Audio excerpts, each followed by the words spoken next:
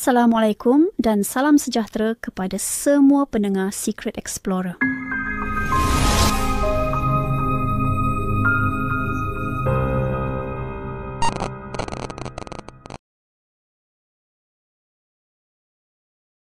وَإِمَّا يَنزَغَنَّكَ مِنَ الشَّيْطَانِ نَزْغٌ فَاسْتَعِذْ بِاللَّهِ إِنَّهُ هُوَ السَّمِيعُ الْعَلِيمُ.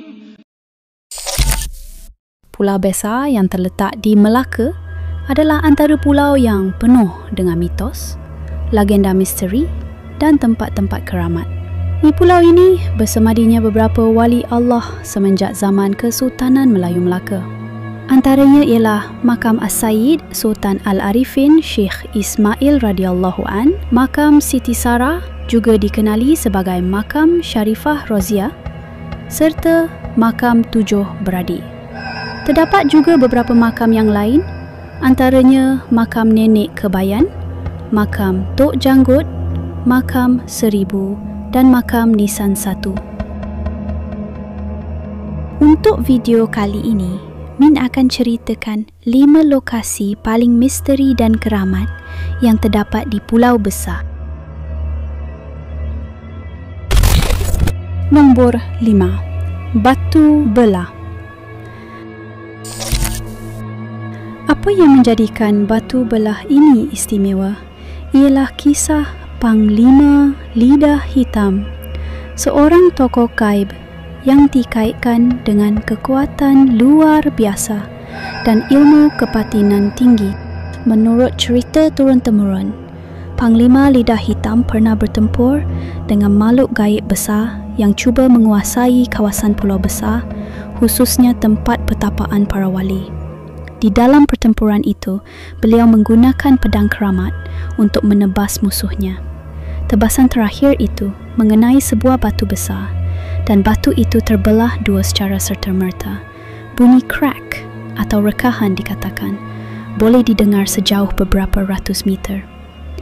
Jejak tebasan masih kekal di batu hingga kini dan itulah batu belah yang menjadi saksi peristiwa itu.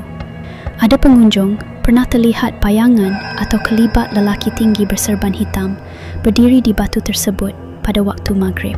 Ada masa-masa tertentu, kawasan batu belah akan menjadi sangat panas secara tiba-tiba, seperti ada aura yang aktif. Ada juga yang mendakwa, suara Panglima Lidah Hitam masih kadangkala kedengaran, memberi salam kepada pelawat yang berada. Nombor 4. Gua Yunus. Gua Yunus adalah antara lokasi yang paling misteri dan penuh aura gaib di Pulau Besar. Gua ini dinamakan Sempena Nabi Yunus alaihissalam, melambangkan tempat pengasingan diri dan penyucian jiwa, sebagaimana kisah Nabi Yunus yang ditelan ikan Nun. Gua ini dahulunya digunakan oleh para wali Allah, alim ulama dan tok guru sebagai tempat bertafakur, berzikir dan mengasingkan diri dari dunia luar untuk mendekatkan diri kepada Allah. Ada juga dakwaan yang mengatakan bahawa gua ini menjadi tempat latihan awal kepada mereka yang ingin mendalami ilmu rohani, tarekat dan kebatinan Islam.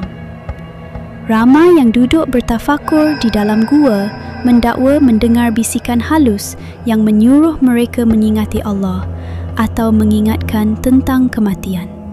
Kadangkala bisikan itu bersifat menenangkan, kadangkala agak menakutkan. Beberapa pengunjung terlihat kelibat berpakaian serba putih berdiri di pintu gua atau di dalamnya, kemudian hilang begitu saja. Nombor 3. Perigi Tempayan Pecah. Perigi ini dikaitkan dengan seorang tokoh wanita dikenali sebagai Nenek Kebayan atau Nenek Siti Fatimah, yang dipercayai pernah menjadi bidan dan pengamal perubatan tradisional di pulau tersebut. Dalam satu versi, Nenek kebayan menyimpan harta kekayaannya dalam sebuah tempayan. Apabila tempayan itu cuba dicuri, ia pecah dan harta tersebut bertukar menjadi air. Bekas tempayan yang pecah itu kemudian tertanam di dalam tanah, membentuk sebuah perigi yang dikenali sebagai perigi tempayan pecah. Air perigi ini dikatakan tidak pernah kering dan boleh diminum kerana tidak berbau. Kononnya, ada pengunjung yang berjaya mendapatkan harta peninggalan nenek kebayan seperti barang kemas dan shilling lama ketika menyelut tangan ke dalam perigi tersebut. Namun, hanya mereka yang bernasib baik sahaja yang akan memperolehinya. Nombor 2. Kampung Bunian. Ramai yang mendakwa bahawa Kampung Bunian ini terletak di kawasan belantara dalam Pulau Besar, sedikit jauh dari laluan utama menuju ke makam Sultanul Arifin. Kawasan ini sunyi, penuh pokok besar dan terasa seolah-olah masuk ke dunia lain. Seorang lelaki yang datang ke Pulau Besar untuk berzikir menceritakan bahawa dia pernah ternampak kawasan seperti kampung kecil. Ada rumah kayu, kanak-kanak bermain dan bau asap dapur. Tapi, apabila dia mendekati kampung tersebut, semuanya gaib sekelip mata. Ada juga yang mengalami situasi aneh seperti jam tangan berhenti, bateri telefon habis secara tiba-tiba atau mendapati waktu sudah jauh berubah.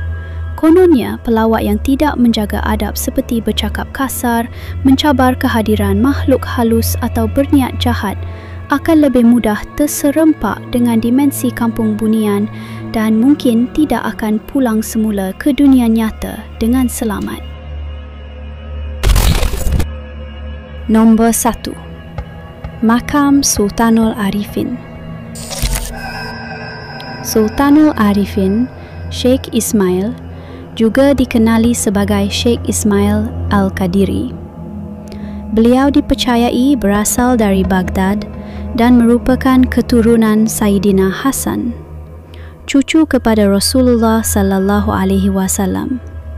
Seorang ulama besar dan wali Allah, beliau datang ke rantau ini sekitar abad ke-15 untuk menyebarkan Islam dan ilmu tasawuf di Kepulauan Melayu. Dikatakan sebagai tokoh penting dalam penyebaran tarikat Qadiriyah di alam Melayu. Menetap dan wafat di Pulau Besar menjadikan pulau ini sebagai pusat dakwah dan kerohanian. Ramai pelawat yang melaporkan terhidu bau wangi secara tiba-tiba ketika berada di makam, terutama selepas membaca zikir atau berdoa.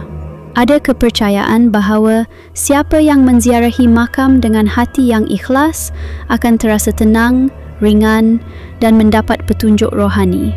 Sebaliknya, yang datang dengan niat tidak baik seperti cari nombor ekor atau ilmu sesat akan mengalami gangguan seperti sakit kepala, sesat jalan atau mimpi buruk.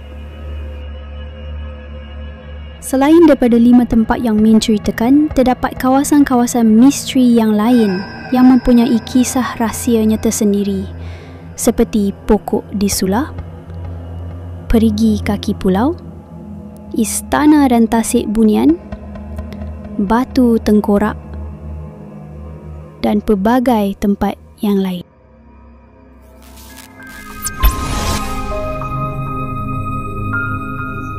Macam mana kisah kali ini? Korang enjoy tak? Jom komen di bawah. Sampai jumpa lagi di video yang seterusnya. Bye. Jangan tutup mata, benda yang kau cari mungkin dia yang datang jumpa.